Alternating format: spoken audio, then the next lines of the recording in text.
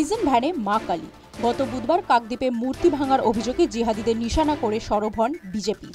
মা কালীর মূর্তি অবমাননার ঘটনায় ইতিমধ্যেই অভিযুক্ত নারায়ণ হালদারকে গ্রেফতার করেছে পুলিশ। পুলিশের জেরায় ঘটনার কথা স্বীকার করে ধৃত জানিয়েছেন ঘটনার দিন তিনি মত্ত অবস্থায় ছিলেন, দাবি পুলিশের।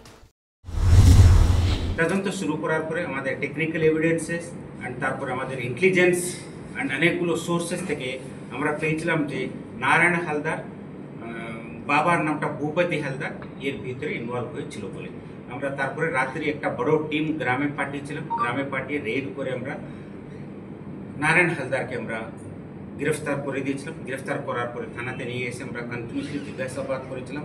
উনি ভুল স্বীকার করে নিয়েছিলেন যে এই কাজটা উনি করেছিলেন।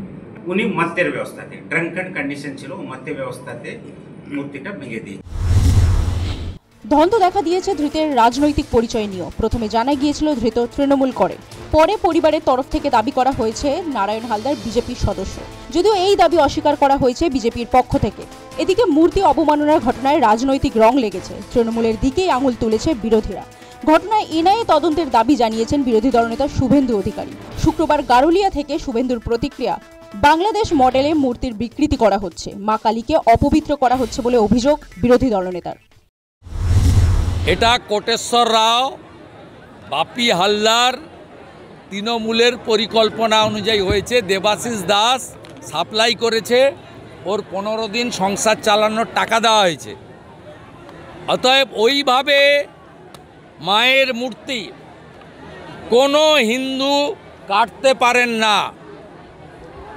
আমি দাবি করছি কোটেশ্বর রাওকে প্রেস কনফারেন্স করেছেন আপনি, দায়িত্ব আপনার, আপনি এনআইএকে দিয়ে দেন।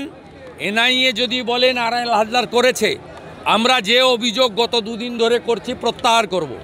আর এনআইএ তদন্ত হলে প্রমাণ হবে বিধর্মী জিহাদি বাংলাদেশি মুসলমানরা এই কাজ করেছে। বাংলাদেশের মডেলে আমাদের মা কালীর মূর্তি মুণ্ডচ্ছেদ করেছে।